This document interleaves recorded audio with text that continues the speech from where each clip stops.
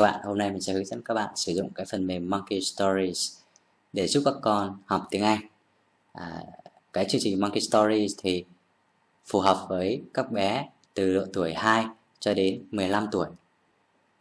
Kho truyện thì gồm rất là nhiều truyện và nhiều chủ đề khác nhau. Ví dụ như là 11 chủ đề này, 11 chủ đề này, 500 truyện được cập nhật hàng tuần này. Đó. Và nó rất là hay ở chỗ là có thể tương tác được. Mình có thể nghe, nhìn, chạm, chơi mà học. Đó. Thì bây giờ mình sẽ vào cái chương trình á để hướng dẫn cho mọi người cụ thể chi tiết hơn nhé. Có thể chạy được trên điện thoại, iPad và cả máy tính nữa. Và bây giờ là mình đang vào bằng máy tính đây.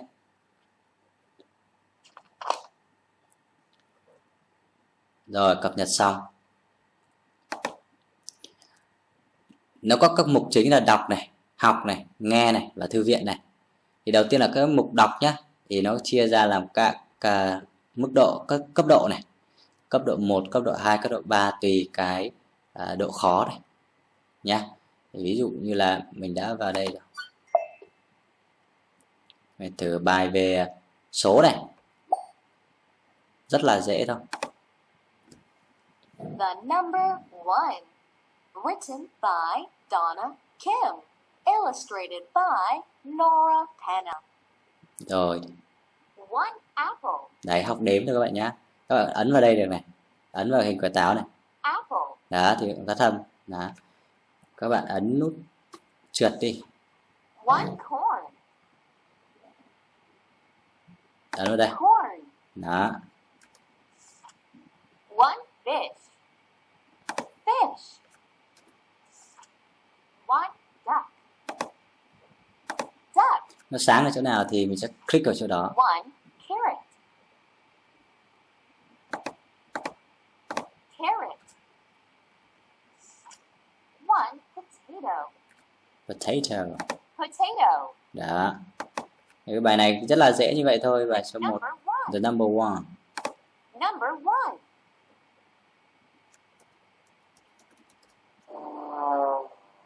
Đó, thế là hết bài 1. Rất là dễ đó ạ. Bài 1. Bài về Tết Holiday sau này nhé. Tết Holiday. Độ khó vẫn là độ khó A như vừa rồi thôi. Tết Holiday, written by Caspian Scott, illustrated by Sept Olivia. Chunk cake. Các bạn ấn lại vào đây này. Chunk cake. Chunk cake. Đó. Spring rolls. Nem này. Spring roll. Pickled onions.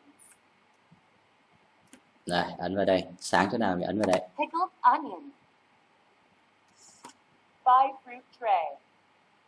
Mà mũ quả này. Banana. Rồi, ấn lại. Orange. Watermelon. Grapes. Apple. Đó, tương tác các bạn nhé. Kumquat tree. Kumquat tree. Kumquat tree. Kumquat tree. Plant pot. Chậu cây. Peach blossoms. Peach blossoms. Peach blossoms. Apricot blossoms. Đây là hoa mai đấy các bạn. Apricot blossoms. Đó. Apricot blossoms. Lucky money. Lucky money. Fireworks. Firework.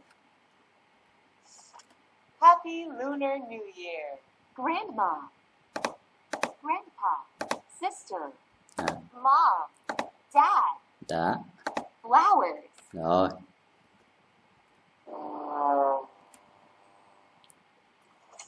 Có rất nhiều chủ đề và nó để rất là hay. Đấy là cái phần mà đọc các bạn nhé. Đó. Đây là phần đọc các bạn nhé. Sau thì nó gồm các bài như vậy. Các bạn ấn vào khám phá thêm thì nó ra rất là nhiều bài khác nữa nhé. Rất là nhiều bài khác nữa. Bây giờ mình sẽ vào một cái bài khác, vào một cái chế độ khác, đó là chế độ học. Ở chế độ học thì nó bắt buộc các bạn phải cho các bé học mà từ bài 1. Học hết bài 1 thì mới được học bài 2. Học hết bài 2 thì mới học bài 3. Đây là 4 đây, từ bài số 4 trở đi thì chưa mở đây. Các bạn phải học từ từ, cho con học từ từ không nhảy cóc được.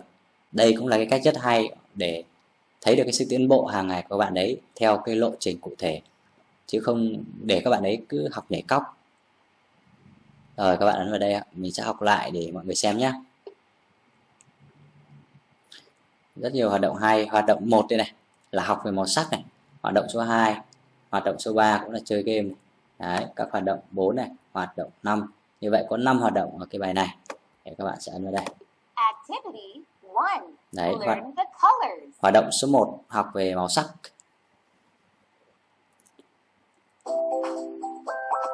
Tap the pink dot.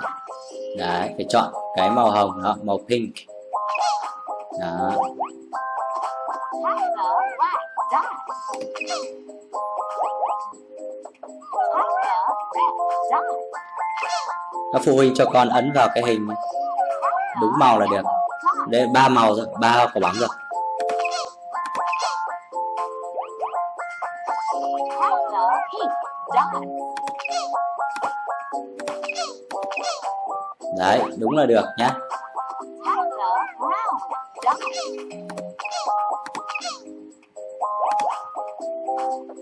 Move the brown dot to the box.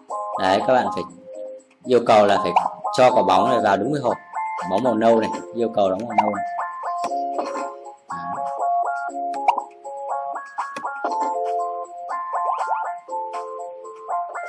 Move the black dot.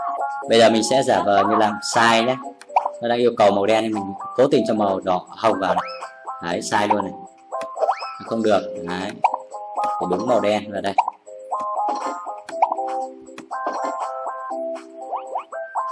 Di chuột và kéo vào đấy. Move the white Màu trắng.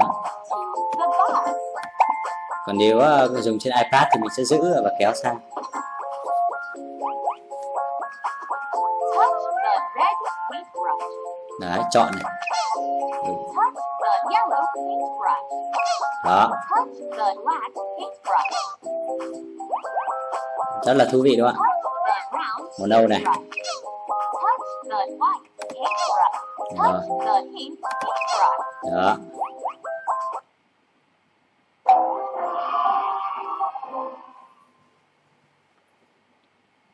Thế xong hoạt động 1. Đó, bây giờ mình sẽ đến hoạt động số 2.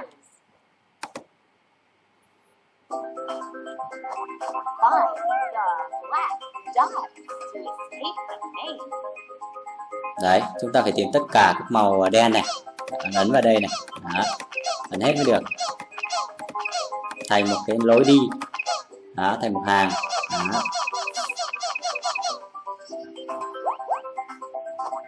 Find the brown dot Nâu to này. escape the maze.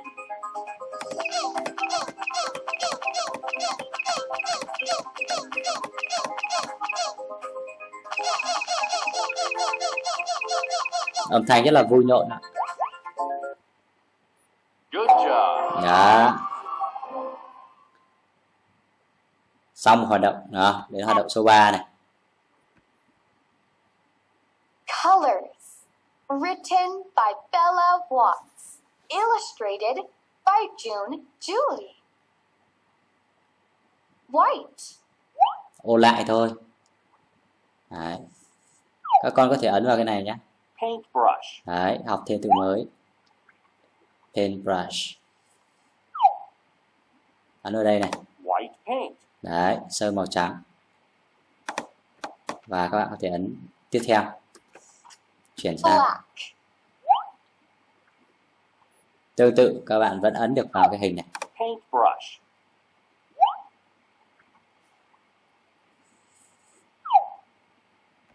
Black paint. Đấy, mực đen.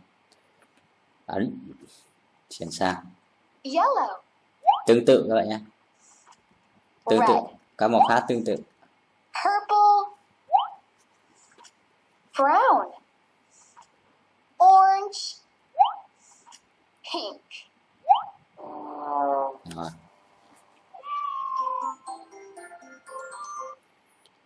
Hoạt động số 4 này.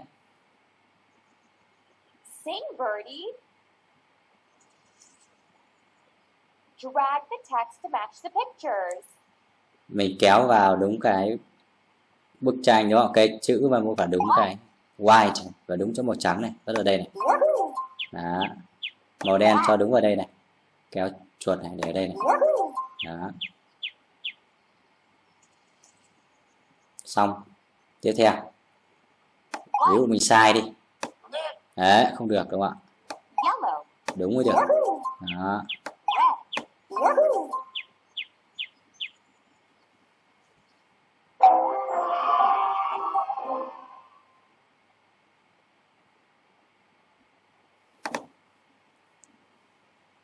Plug in bulbs. Để mình sẽ nối nhá. Plug the Đó. plugs from Màu trắng đúng là màu the trắng, các bạn bottom nhìn that chữ. match. Ấn vào cái Pink. ổ cắm này cho vào đây. Đấy. Màu vàng này,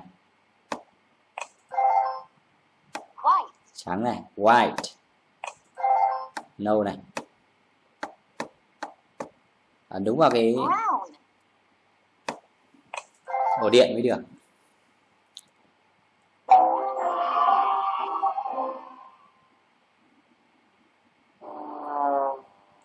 Congratulations. You finished the lesson. Rồi, thế là xong được một bài rồi đấy. Bây giờ mình sẽ đến mục nghe thì sẽ là các câu chuyện. Có các cấp độ ở trên này này. Đó, cấp độ 1, 2, 3 hay là cấp độ 4. Và mọi người có thể bấm vào một cái câu chuyện nào đó. Câu chuyện cấp độ 1, 2 thì thường là sẽ ngắn hơn, từ vựng sẽ ít hơn. Qua mình đã thử cái đây, con gà này. Đấy. Con gà mái. The Little Red Hen. Once, there was a quiet farm where a little red hen lived with two friends, a Đấy. duck and a goose.